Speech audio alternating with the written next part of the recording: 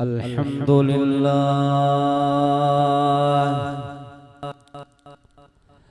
الحمد لله نحمده ونستعينه ونستغفره ونؤمن به ونتوكل عليه ونعوذ بالله من شرور أنفسنا ومن سيئات أعمالنا من يهده الله فلا مضل له ومن يضلله فلا هادي له ونشهد أن لا إله إلا الله وحده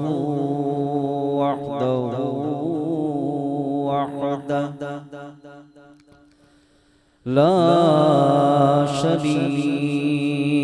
له ونشهد أن سيدنا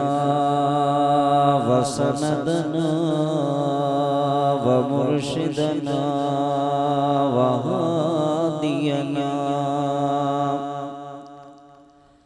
وهادينا ومحبوبنا ومحبوب ربنا ونورنا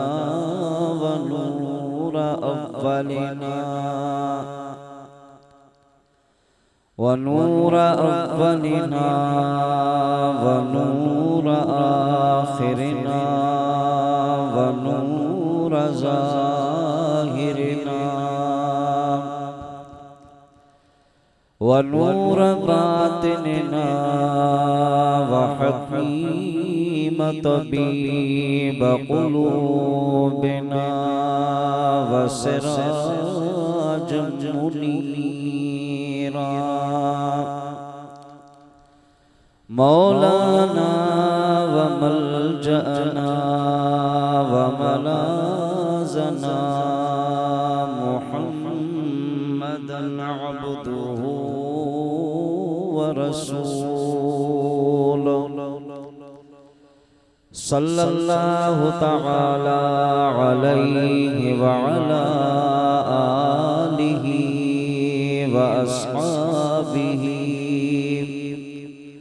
وأهل بيته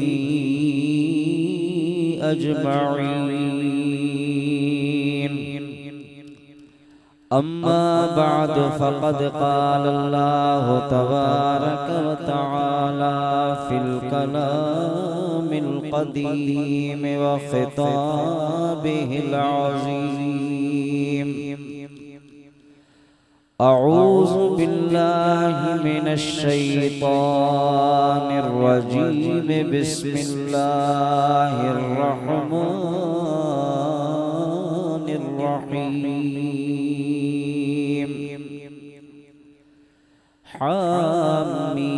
حاميم والكتاب المبين إنا أنزلناه في ليلة مباركة إنا كنا منذرين فيها يفرق كل أمر حكيم أمرا من عندنا إنا كنا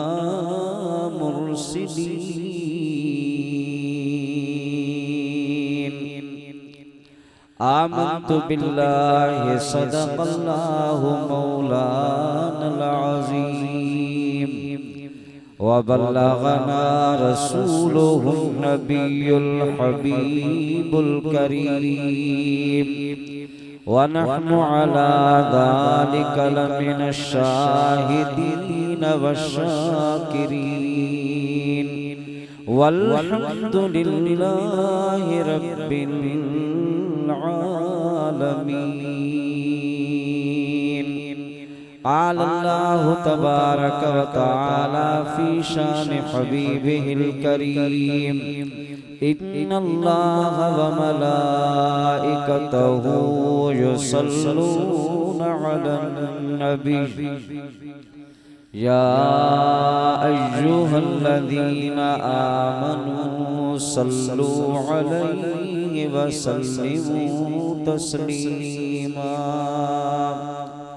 अल्लाहुम्मा सल्लि अला सय्यिदिना मौलाना मुहम्मदिन व आलिहि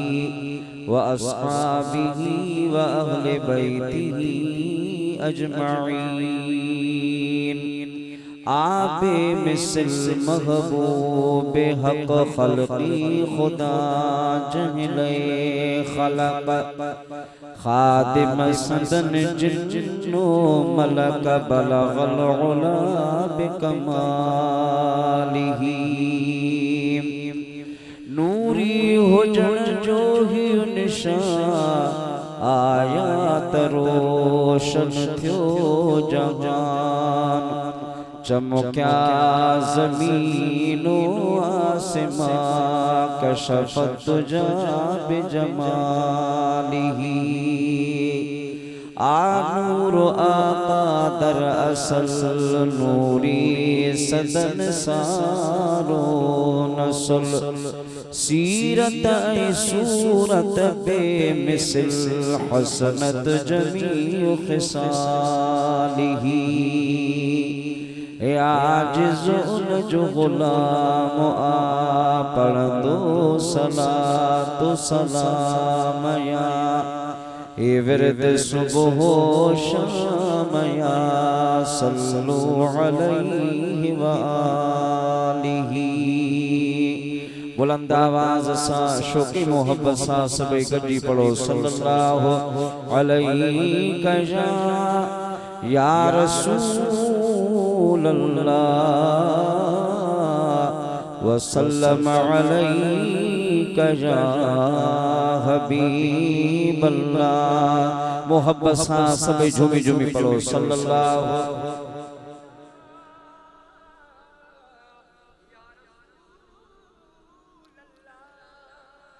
व सल्लम अलैका या हबीब अल्लाह। हमद सलात का बाद में वाजिबे सद एहतराम उलमाए ज़िवकार सना खाने रसूल ऐ मुंजा प्यारा मुसलमान भाईरो अस्सलाम वालेकुम व रहमतुल्लाहि व बरकातहू।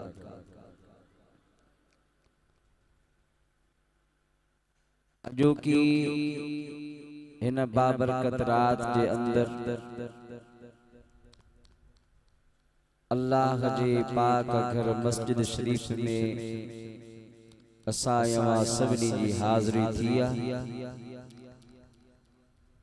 शाल रब्बुल इज्जत असा अवा जो हिते अचण वेहण बुधण ऐ बुधाइण पंजी बारगाह में मंजूर मकबूल फरमाए। मुझे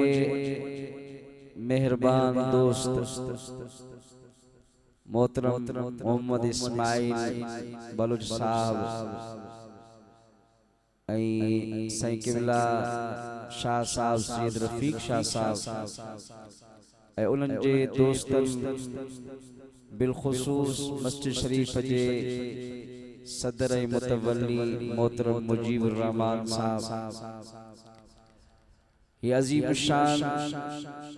महफिल सजाई। इन अजीम शान महफिल सजाइण ते मां सभी दोस्तन के मुबारकबाद पेश कया थो। गडो गडो या दुआ है त अल्लाह रब्बुल इज्जत दोस्तन जी हिन कोशिश के काविश के पंजी बारगाह में मंजूर मकबूल फरमाए ऐं हिन महफिल जे सदके असां जे गुनाहन जी असां खे माफ़ी अता फरमाए। अल्हम्दुलिल्लाह अल्लाह जी ज़ात बाबरकात असां अवा के जिंदगी में शअबानुल मुअज़्ज़म जो बरकतुन नेमतुन ऐं भलाइन सां भरपूर महीनो नसीब कयो आ। ही महीनो रमज़ानुल मुबारक खां बाद में बियन महीनन में शानदार सैयदना अबू हुरैरा रदियल्लाहु तआला अन्हु खां रिवायत मुस्नद अबू यअला में इमाम अबू यअला नकुल कयो आ त सरवरे दो आलम सल्लल्लाहु तआला अलैहि वसल्लम रमजान मुबारक जे फर्जी रोज़न खां बाद में अगर के महीने में घणा रोज़ा रखंदा हा तो उहो शअबानुल मुअज़्ज़म जो महीनो ऐं पाण पंहिंजे अहल बैत के गुलामन के यो ताकीद इरशाद फरमाइंदा हा त शअबानुल मुअज़्ज़म जी बरकत रमज़ान मुबारक जे करे अवां इन में चंगी तरह सां होशियार ऐं बेदार थी कमर बस्ता थी वञो ऐं हिन में सही तरह सां इबादत जो एहतमाम कयो तात रमज़ान मुबारक में अल्लाह इबादत घणी करण जी तौफीक अता फरमाए। हर महीने के हर रात के हर ॾींहं के हर घड़ीअ के हर साअत के बरकत ऐं फजीलत ॾियण वारो अल्लाह ऐं खुदा जी ज़ाते बाबरकात रातिन के रातिन ते फजीलत ॾिनी ॾींहन के ॾींहन ते फजीलत ॾिनी महीनन के महीनन ते फजीलत अता फरमाई ऐं साअतुन के साअतुन ते फजीलत ऐं शरफ अता फरमायो। या एक मुसल्लिमा हकीकत ऐं इन जो को भी इनकार नथो करे सके। बस कुछ असांजा मुसलमान भाइर अहिड़ा आहिनि जिनके कामिल तरह जो इल्म नाहे थोड़ा बटरे किताब पढ़ी ऐं पोइ हू समझंदा आहिनि त असां वटि इल्म कुली आहे असां वटि सही हिदायत जी रोशनी आहे बाक़ी सब गुमराह आहिनि। जंहिं ॻाल्हि जी उन्हनि खे ख़बर या ॼाण नाहे उहा ग़लत ऐं बिदअत थी वेंदी आहे। मां अर्ज़ कयां अल्लाह जे प्यारे हबीब सरवरे दो आलम सल्लल्लाहु तआला अलैहि वसल्लम जा प्यारा इरशादात फरमूदात शअबानुल मुअज़्ज़म जी फजीलत जे मुतअल्लिक़ बि आहिनि ऐं गॾो गॾु 15 शअबान जे मुतअल्लिक़ बि सुहिणे हबीब जा प्यारा फरमूदात मौजूद आहिनि। ऐं सिहासता में इमाम रदियल्लाहु तआला अन्हु ऐं इमाम इब्न माजा सुनन इब्न माजा जे अंदर शअबानुल मुअज़्ज़म जी बदनी जी रात जी फजीलत हदीस मां बयान करे तिरमिज़ी शरीफ वारे जामे सुनन तिरमिज़ी जे अंदर तर्जुमतुल बाब किताब मुनक्कर कयो ऐं जिनजी उन्वान जो उन्वान मा जाअ फी लैलतिन निस्फ़ मिन शअबानिल मुअज़्ज़म यानी शअबानुल मुअज़्ज़म जे 15 जे रात जे मुतअल्लिक़ बयान ऐं उन में उन हदीसूं आंदियूं आहिनि जंहिंजा रावी आहिनि सरे फहरिस्त अम्मा आयशा सिद्दीक़ा रज़ियल्लाहु तआला अन्हा, सैयदना अबू बकर सिद्दीक़ रज़ियल्लाहु तआला अन्हु, सैयदना हज़रत मुआज़ बिन जबल रज़ियल्लाहु तआला अन्हु। अड़ी तरह इमाम इब्ने माजा पंहिंजे सुनन जे अंदर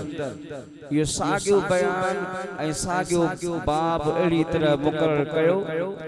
मा जाअ फी लैलतिन निस्फ़ मिन शअबानिल मुअज़्ज़म,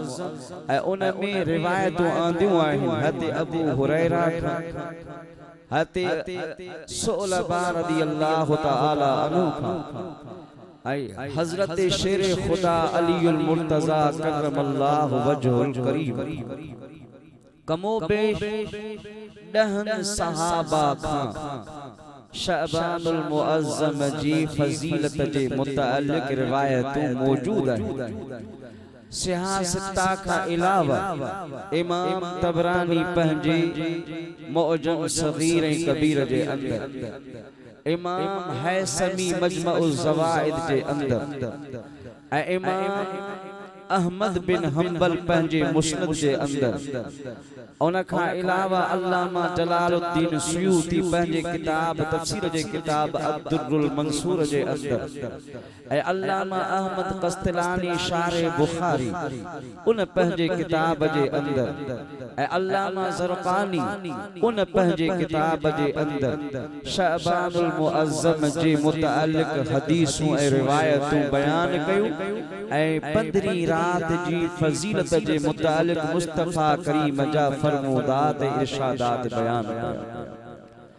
उन सां गॾोगॾु शेख अब्दुल हक मुहद्दिस देहलवी रहमतुल्लाह अलैह उन 15 शअबान जे मुतअल्लिक़ फजीलत में हदीसूं आंदियूं आहिनि। ए ॻाल्हियूं मां इन करे कया पियो त तव्हां दोस्तन खे जेके ॿुधी रहिया आहियो इहो यकीन तयक़ुन कामिल हासिल थी वञे त असां जेका शअबानुल मुअज़्ज़म जी 15 रात सजी रात जागी अल्लाह जी बंदगी ऐं इबादत ऐं क़ुरान करीम जी तिलावत ऐं दुरूद पाक पढ़ंदा आहियूं, रात के शबे बेदारी में तब्दील कंदा आहियूं, त का इहा बिदअत या असांजी पंहिंजी मन घड़त अक़ीदे मुताबिक़ न बल्कि सुहिणे हबीब सल्लल्लाहु अलैहि वसल्लम जे सुन्नत जे मुताबिक़। ऐं मुफस्सिरन सगूरन क़ुरान करीम जी इन आयत सगूरी मां इन रात जो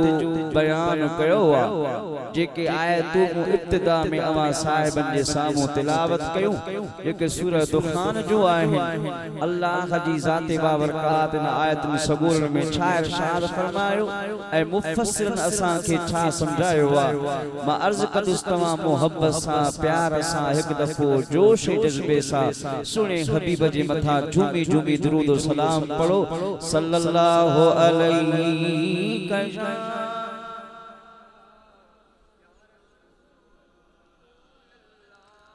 वसल्लम अलैका या हबीब अल्लाह। बड़े आवाज़ से पढ़ो सल्लल्लाहु अलैहि।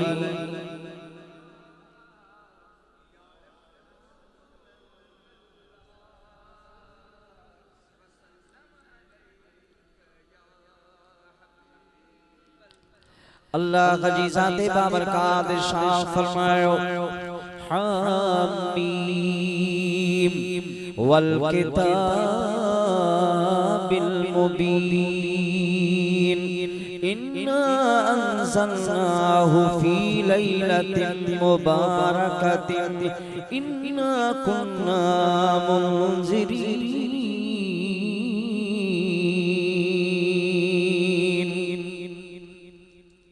हामीम वल किताबिल मुबीन। अल्लाह जी ज़ात बाबरकात कसम फरमाए के जो कसम खयो कुरान मजीद जो कसम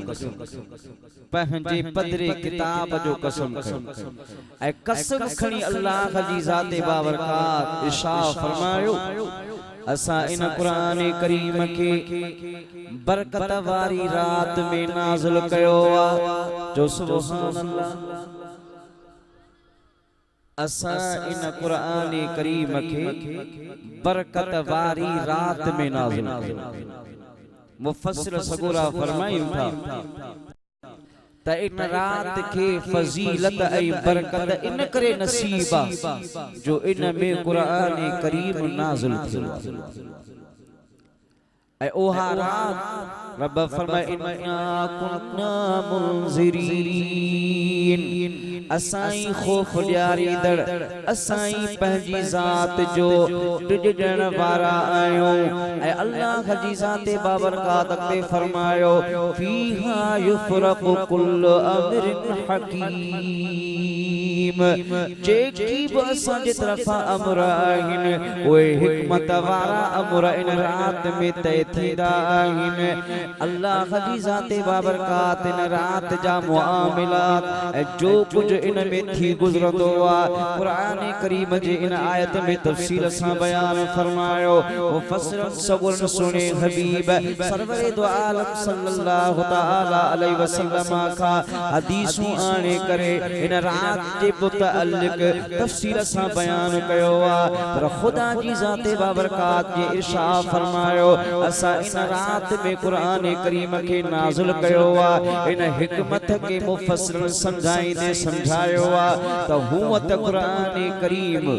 जहे महीने ऐं रात में नाज़िल थियो ओहो रमज़ानुल मुबारक जो महीनो ऐं शब कदर जी रात पर हीअ रात जंहिंखे खुदा लैलतुल मुबारका सॾियो इहा रात कहिड़ी आहे मुफस्सिर सगोरा फरमाइनि था अल्लामा जलालुद्दीन सुयूती दुर्रुल मंसूर जे अंदर लिखियो त इहा रात 15 शअबानुल मुअज़्ज़म जी रात इन में कुरान करीम भी लथो पर उन जे नुज़ूल जो मामलो ऐं कैफियत जुदा है अल्लाह जी ज़ाते बाबरकात लोहे महफूज खां आसमानी दुनिया ते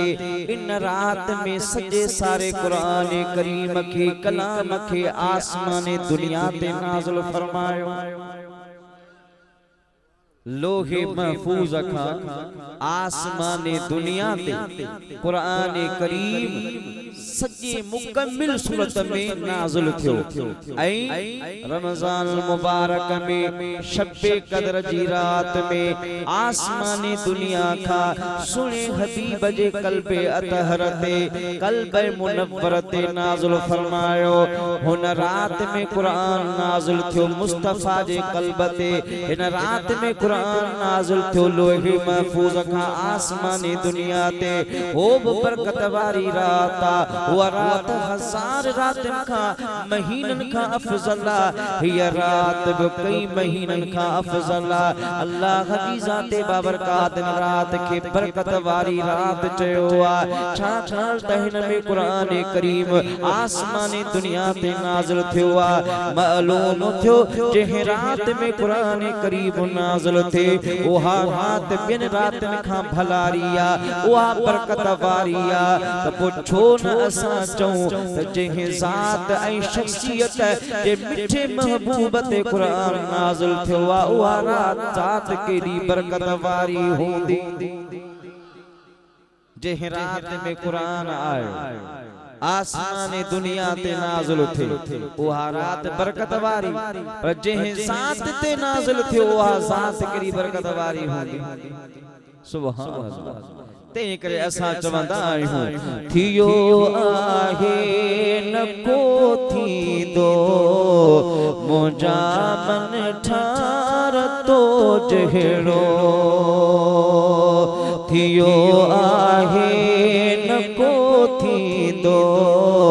मुंहिंजा मन ठार तो जहिड़ो सजी दुनिया में खल्क़ो कोन खल्क़न हार तो जहिड़ो सवाल अंबियान में निराली ज़ात तुझी आज सुभान सवाल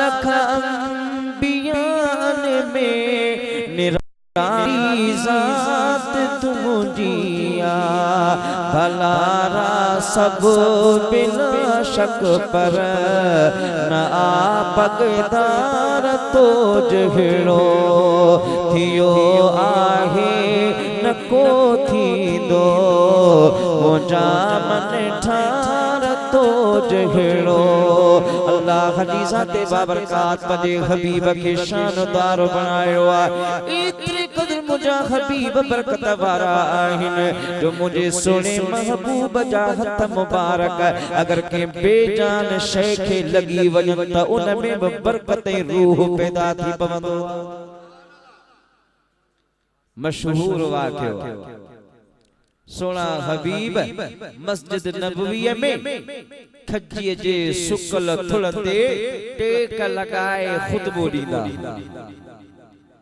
मदीने जे अंसार मझा के सहाबियाणी औरत सबूरी मालदार हुई उन सोने हबीब जे बीहण खुतबे जे लाइ मिंबर ठाराए महबूबन जी खिदमत में पेश करे अर्ज़ कयो या रसूल अल्लाह अवा इन मिंबर ते तशरीफ फरमा थी खुतबो ॾींदा कयो असां खे खुशी थींदी महबूबन जी दिल रखण जे लाइ मिंबर ते तशरीफ फरमा थिया जुमे जो ॾिहाड़ो सहाबा जो मजमू लगो पियो सहाबी मुझे महबूब जे खिताब जे लाइ मुतवज्जा आहिनि हबीबन खुतबो ॾियण शुरू कयो ओचतो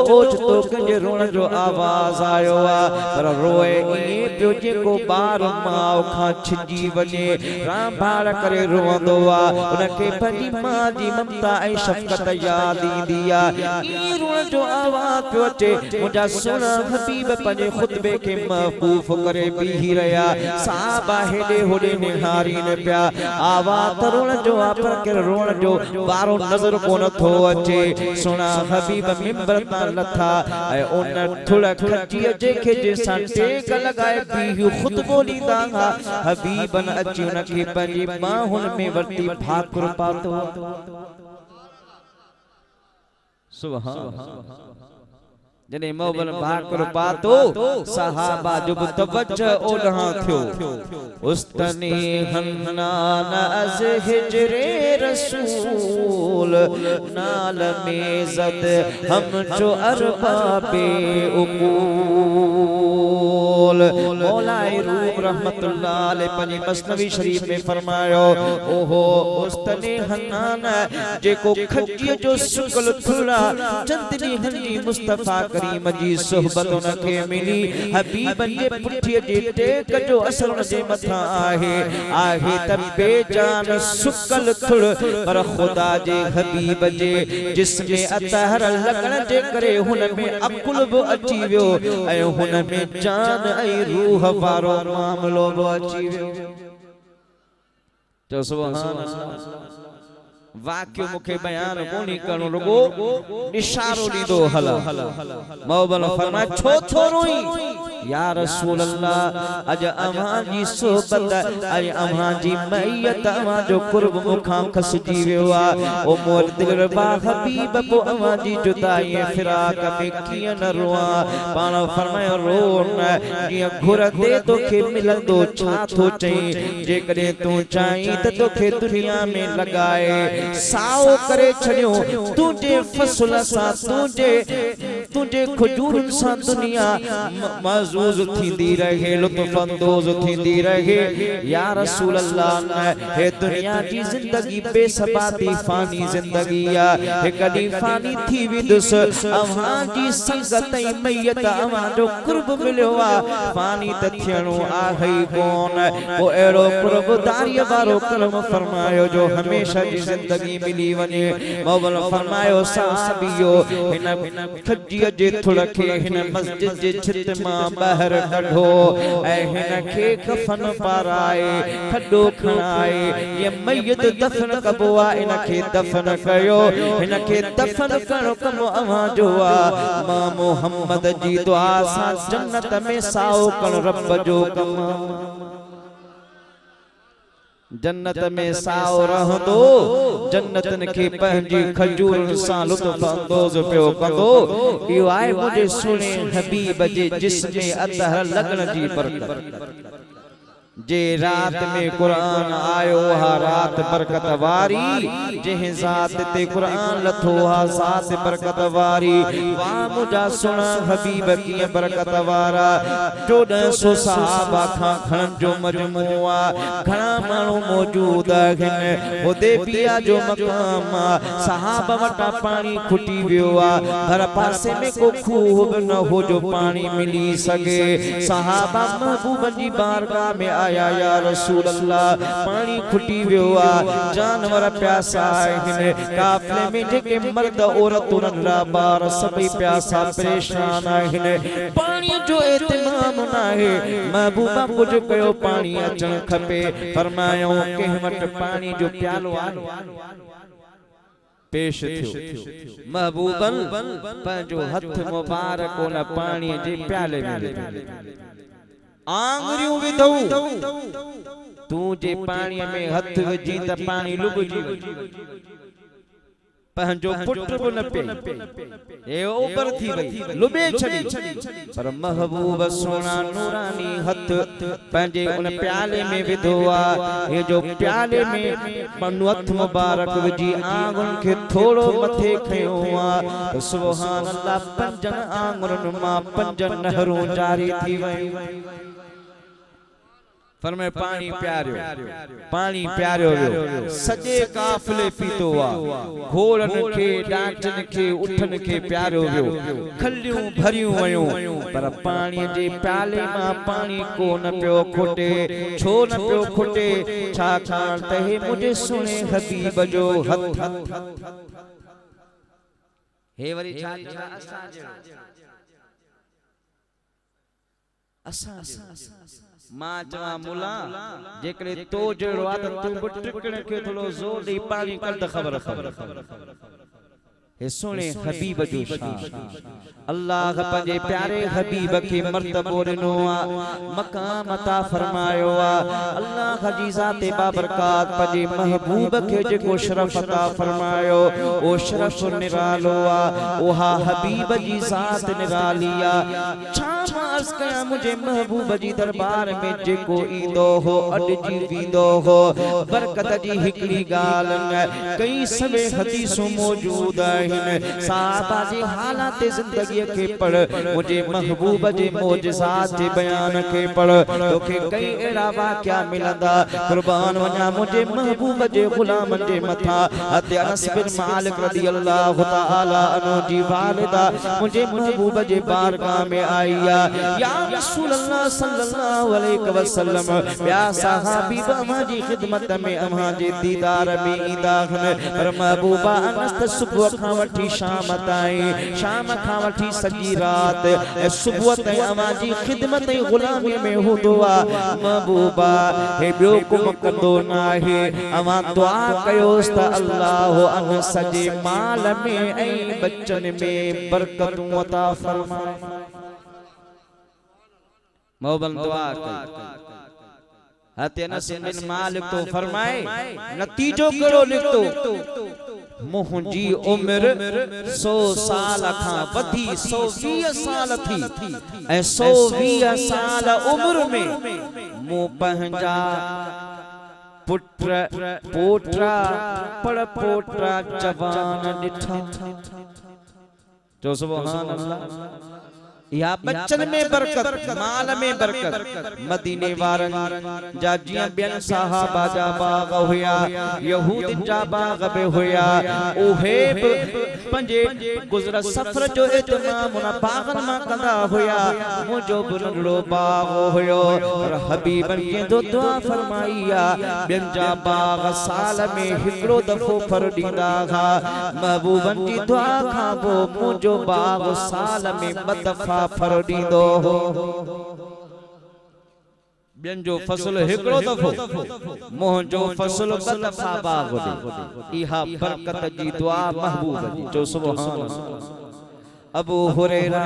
मुझे महबूब जो सहाबी आयो अस्ति या रसूल अल्लाह, अवाजी खिदमत गुलामी में रहा तो, अवाजा प्यारा इरशादात बुधा तो, पर महबूबा मुझो हाफिजो कमजोरा, जेका गाल बुधा तो थोड़ी देर खां पो वसरी सरी थी वने, ज़ेन मान निकरी थी वने। मुखे ट्रपा है जेकने इहो मामलो इए रहो त अवाजो को बि इरशाद मुखे याद न रहंदो। बबल फरमा खबरा पंजे कुलन वारी चादर हेठ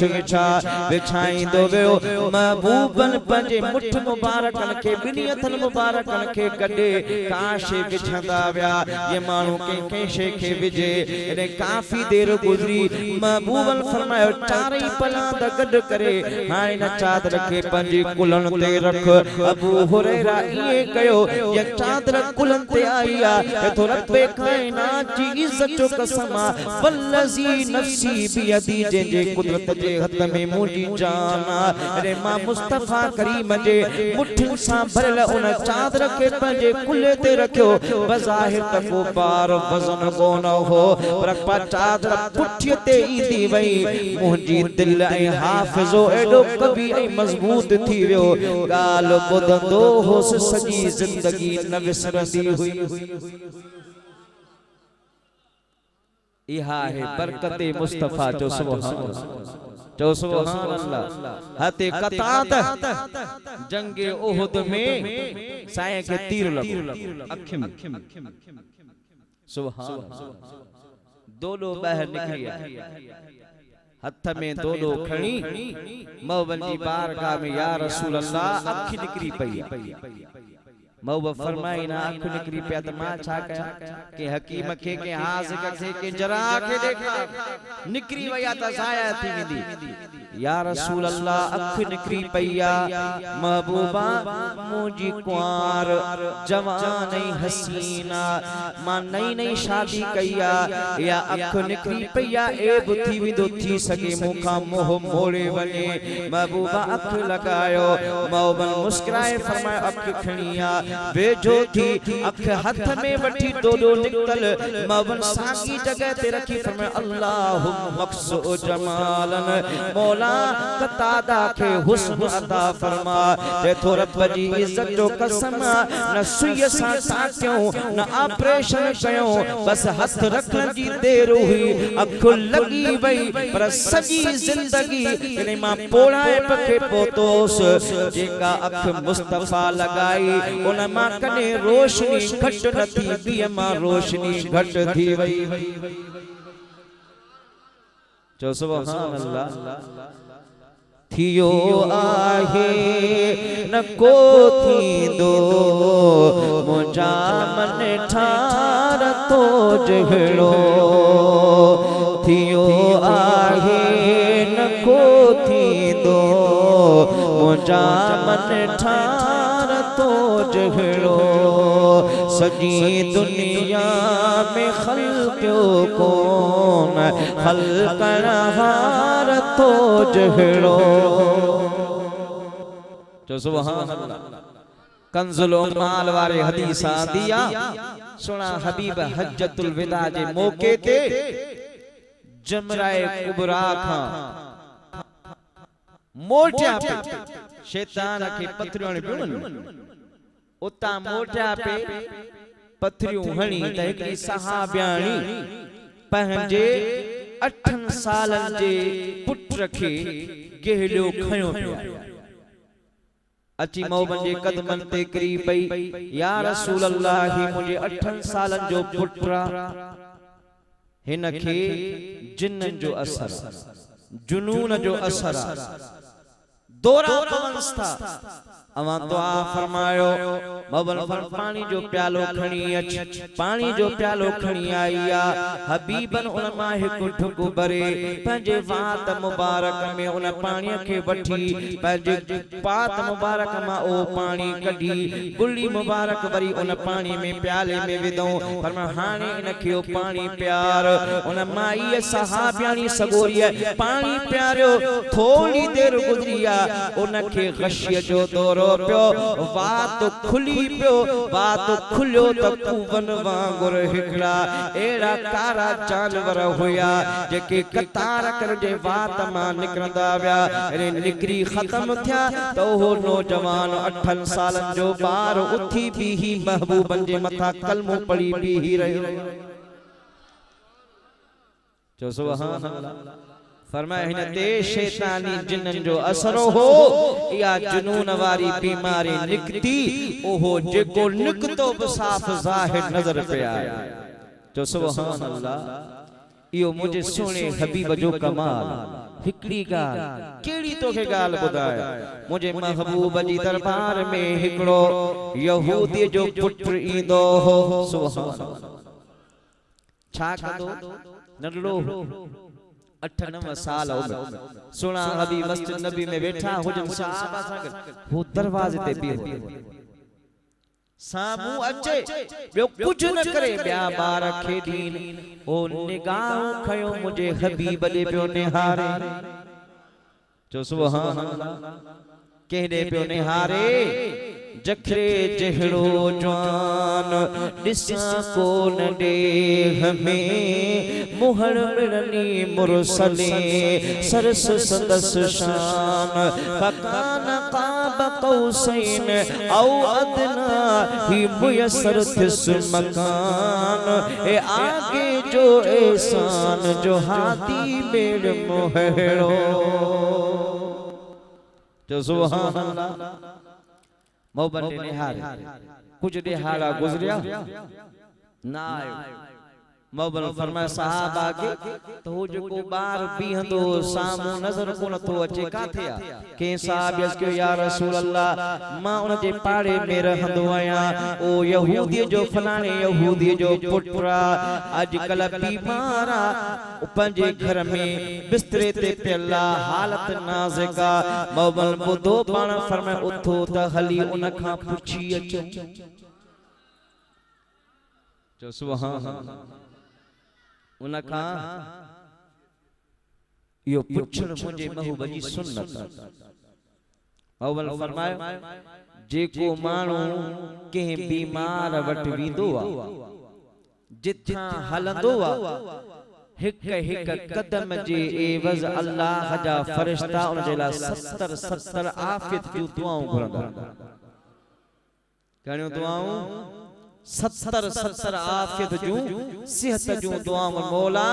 हे तुझे बाने खां पुछण वियो आ हिन के इन बीमारी खां पनाह अता फरमाए ए जेतरी देर वेहंदो आ मलाइका उन जो वेहण इबादत में शुमार कंदा आहिन किरामन कातिबीन इबादत में लिखंदा आहिन मुजा हबीब उन देवा कुर्बान वना पंजे हबीब जे मथा वो नबियों में रहमत लक़ब पाने वाले मुरादे गरीबों की बरलाने वाले वो अपने पराए का गम खाने वाले मुसीबत में गैरों के काम आने वाले वो नबियों में रहमत मौबा आया यहूदी डिठो सुना हबीब घराए ए अल्लाह जा नबी किए मुझे घर आयो फरमाया तुझो पुत्र बीमार हा उनके पुछण आया मथा आया ओ मसरी ते सुतो पियो आ हबीब सुना जी जो आया उन जी हाल के दिसी महबूब जाने वरतो तन जी जिंदगी बाकी हाने नाहे पसाग आखिरी आहिन मौबन उन दे निहारे पंजो नूरानी हथ उन दे पेशानी ते रखी प्यार सा फरमायो छा हाल उन ले बार अखियूं खोलियो मोहबल मुस्कुराए फरमायो जे तू चाही असांजी ॻाल्हि मञी त मां तोखे चवां त मूं वरसां कलमो कलमो पढ़ंदे मुते ईमान आणींदे ई गुफ्तगू न मुते ईमान आणींदे त उन ॿार पंहिंजे अब्बे अम्मा ॾे त उहो मथां बीठा जॾहिं सुहिणा हबीब जे घर हली आया रहमत खुदावंदी जी बारिश घर में थी चुकी हुई उन्हनि जी दिल जी खिड़की भी खुली चुकी हुई चवण लॻो सुपियो त अबा देर न कर जे मोहम्मद अची हिते कुर्बदारी ऐं वण कया उन प्रिय ता जान बि घोरे छॾे चए थो त कलमो पढ़ त तोसां गॾु असां बि पढ़ूं था अशहदु अल्ला इलाहा इल्लल्लाहु वहदहु ला शरीक लहु व अशहदु अन्ना मुहम्मदन अब्दुहु व रसूल ऐ मुंहिंजा हबीब सां गवाही ॾियूं था कलमो शहादत पढ़ियो ईमान आंदो हबीब सोना अञा घर मां निकिता ई न हाल जो तम परवाज़ थियो मौबन जे चेहरे अनवर ते मलाल रुख जा आसार आया थोड़ी देर गुज़रिया महबूबन मुस्कुराए ॾिनो साहबा को या रसूल अल्लाह मलाल थियण त समझियासीं जो हुन नौजवान जी जिंदगी बाकी न बची अवां के उन जो मलाल थियो हूंदो भला मुस्कुरायो छो था पर मैं मुस्कुराया इन करे तो जो मां सां पियो त जन्नत जे हूरनि जी झोलीअ में अल्लाह उनखे झूलाए रहियो जो सुभान अल्लाह घणियूं नमाज़ूं पढ़ियूं घड़ा चिल्ला कटिया हा उन मासूम बा ॾिसण सां ईमान बि मिलियो त जन्नत बि मिली जंग बि हले हिकिड़ो काफ़िर पियो विड़े इस्लाम जे खिलाफ हथ में तलवार मुसलमान के शहीद पियो करे सुना हबीब सफ़ूं दुरुस्त करण जे लाइ पंहिंजे घोड़े जी बाग वठी अॻियां आया हुन तलवार हणंदे हीअं जो मथे निहारियो त महबूबन जो चेहरो नज़र आयो ये जो चेहरो नजर आयो ॾिसंदो ॾिसंदे रहिजी वियो तलवार उते ई बीही चई ऐ मोहम्मद सल्लल्लाहु जे कॾहिं मां हींअर तो ते कलमो पढ़िया मूंखे छा मिलंदो मौबन फरमायो कमी का कानी जे कलमो हींअर बि पढ़ंदे त तुंहिंजी बख़्शिश ऐं बदले में जन्नत कलमो पढ़े अन्या कलमो पढ़ी बस कयई जे डाची ते हो उन डाची अट्राह खादो ओ मथा अची करियो कंद पर करियो मणको भजी पियो शहीद थी वियो मरी वियो मौबा मथा आया सुने हबीब ॾिठो मौबा थोड़ा गमनाक थिया थोड़ी देर गुज़रिया वरी मुस्कुराए नो सहाबा कयो या रसूल अल्लाह इन जे मुस्कुराइण जो मक़सद ऐं सबब छा पाण फरमायो हाणे हाणे इन ईमान आंदो हो पेरी मलाल इहो थो त इनखे मौक़ो मिले हा नमाज़ूं पढ़े हा रोज़ा रखे हा जिहाद करे हा इस्लामी तबलीग करे हा मुंहिंजी सुन्नत ते अमल करे हा अञा हिन वुज़ू बि कोन कयो हो गुस्ल बि कोन कयो हो ज़ाहिरी वजूद जी पाकाई बि हासिल न कई हुई मां इन करे गम में होस पर ख़ुश इन करे थिया मुस्कुराया इन करे तो त ॾिसां थो त जन्नती मलाइका आया आहिनि ऐं हिन जे वात में जन्नती मेवा विझी रहिया आहिनि रुगो हबीब ॾे निहारे ईमान मिलियो जन्नत बि मिली त इहा ज़ात आहे बरकत वारी केतिरियूं ॻाल्हियूं कंदासीं खुटंदियूं ई कोन इहो किस्सो त खुटण वारो आहे ई कोन छो त अल्लाह पंहिंजे हबीब खे सभिनी नबियनि जो सरवान बणायो जो सुभान अल्लाह सवा लख अंबियान में निराली ज़ात तुझिया भलारा सब बिला शक पर न आपगदार तो जहिड़ो जो सुभान अल्लाह ज़ुहर जो टाइम मझंद सुना हबीब पंहिंजी पाक न्याणी सैयदा फातिमा ज़हरा जे घर जो सुभान अल्लाह बड़ी आवाज़ सां चओ वो कमली उड़ने वाले मोहम्मद नूर की बेटी, वो अब्दुल्ला की पोती आमना के पूर की बेटी। जो सुभान अल्लाह एडी शानदार जेकने अम्मा फातिमा ज़हरा सुने हबीबन जे घर अचे मौबा हुजन घर में जेकने बैठा हुजन या लेटल हुजन त सोना हबीब उथी भी पंजे न्याणी जो इस्तकबाल फरमाइंदा। इंदी हुई त महबूब सोना प्यार फरमाइंदा, पेशानी ते बोसो ॾींदा हुया, मथे मुबारक जे वारन खे सिंघंदा हुया, चुमियूं ॾींदा हा। अज़वाज मुतहरात कल या रसूल अल्लाह न्याणीअ सां प्यार ॼण बोसो ॼण त समझ में अचे थो, पर अम्मा फातिमा ज़हरा जे मथे जे वारन खे सिंघियो था इहो चो। पाण फरमायो मुंहिंजे फातिमा ज़हरा जे वजूद जी खमीर जी मिठी अल्लाह जन्नत जे मुश्क मां खया, जॾहिं मां सिंघंदो आहियां त मूंखे जन्नत जे मुश्क जी खुशबू ईंदी आहे। जो सुभान अल्लाह वा फातिमा ज़हरा जॾहिं ॼमिया जॾहिं ॼाई त को आम ॿारनि वांगुरु को गंदगी न को ख़राब पाणी न आई या त मुश्कई अंबर जे महकमे आई या त जिस्म ते कपड़े सां पर्दे सां आई या। इहो मुंहिंजे महबूब जे पाक न्याणी जो शरफ़ आहे। क़यामत जो निहारो थींदो अहले महशर खे खुदावंद कुद्दूस ऐलान फरमाईंदो, या अहलल माश उद्दू अबसारकुम, ऐश महशर वारो ऐ क़यामत वारो ऐ नबियो ऐ सिद्दीको ऐ सहाबियो ऐ नेकोकारो सालिहो, सभई कंध झुकायो अखियूं झुकायो मौला छा जेला मुझे मिठे महबूब जी पाक न्याणी जी सवारी छा लगी रही।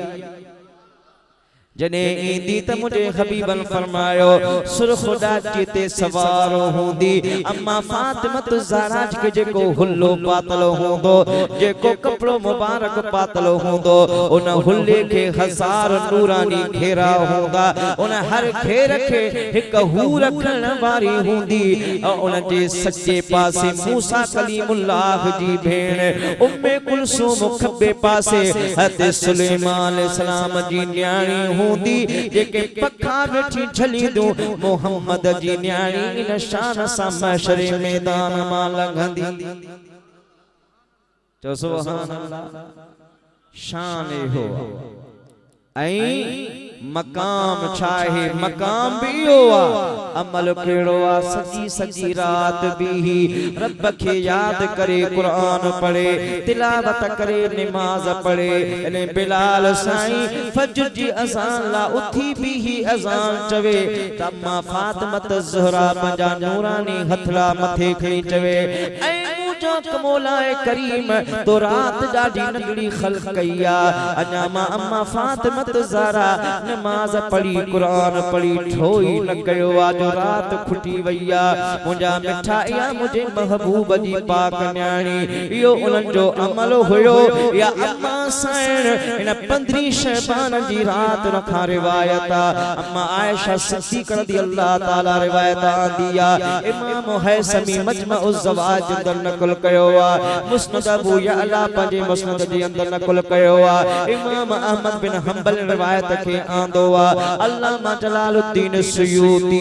अद्दुल मंसूर जे आंदो आ, सैयदना गौसुल आज़म गौस समदानी कुतुब रब्बानी शहबाज इला मकानी अब्दुल कादिर जीलानी गुलत तालिबीन जे 39 सिफ़े ते नक़ल कयो आ। शेख अब्दुल मुहद्दिस देलवी ऐं चोटी जे मुहद्दिस आलिमन रिवायत आंदी आ, एक रात गुजरी अम्मा साइण अम्मा आयशा सिद्दीक़ रज़ियल्लाहु ताला अन्हा पंहिंजे घोट मोहम्मद सां गॾु सुती आ।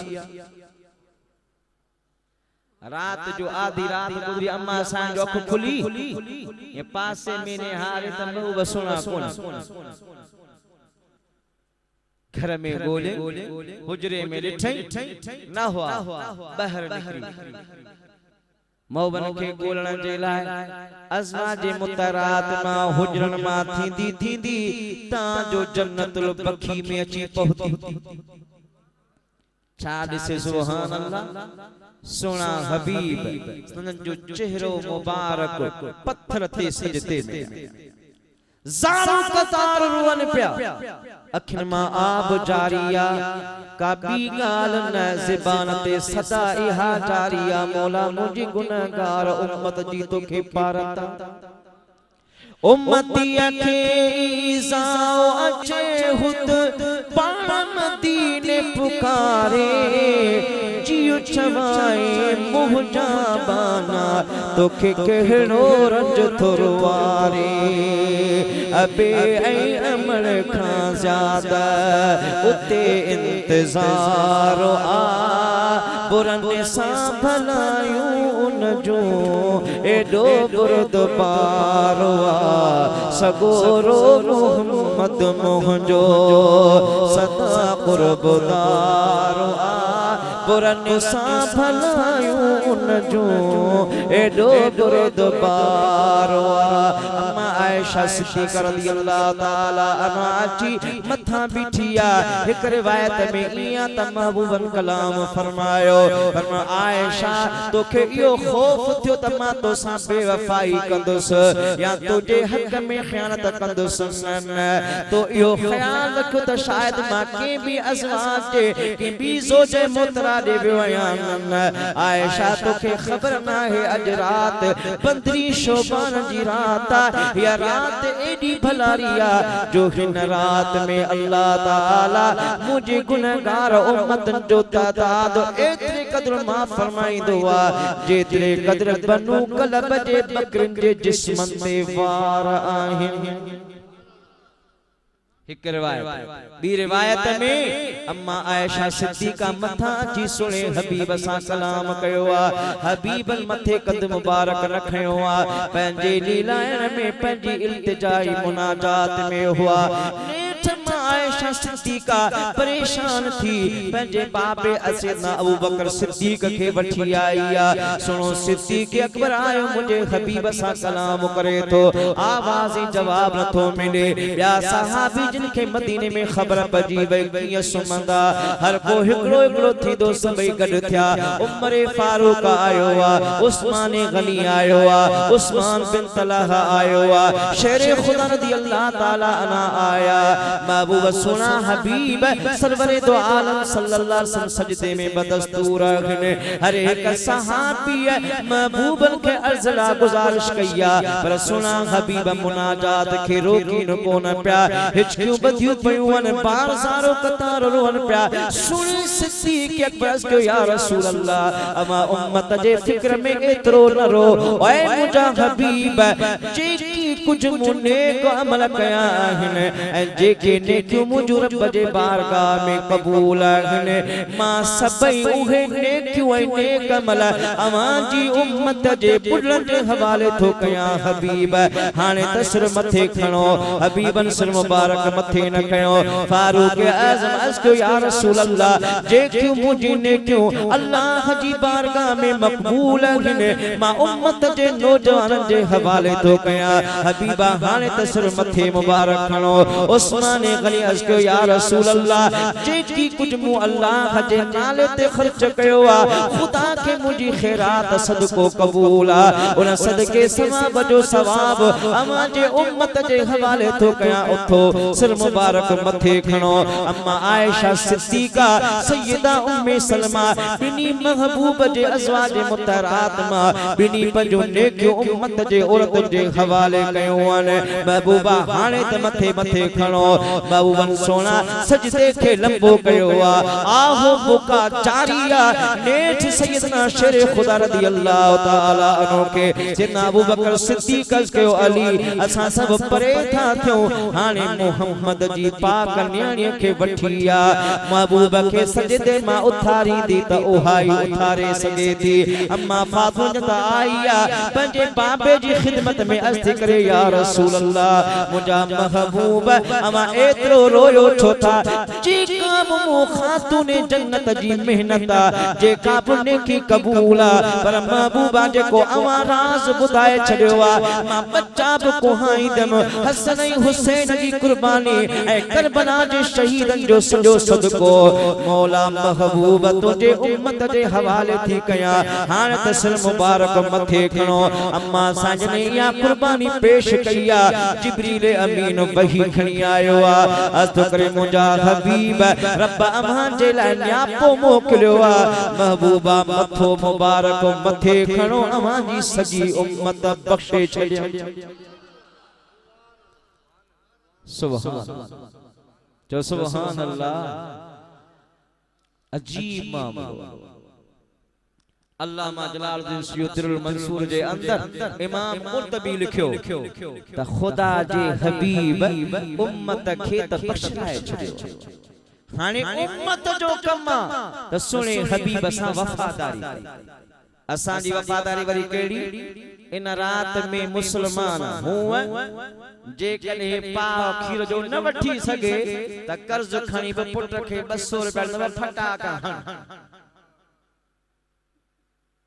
असां जी वफादारी मां तो खे अर्ज कया यो फटाका कदे खां शुरू थिया सैयदना इब्राहिम अला नबीना अलैहि सलात व सलाम कि जड़े निमरूद हथ पैर बधी डोली में विझी यानी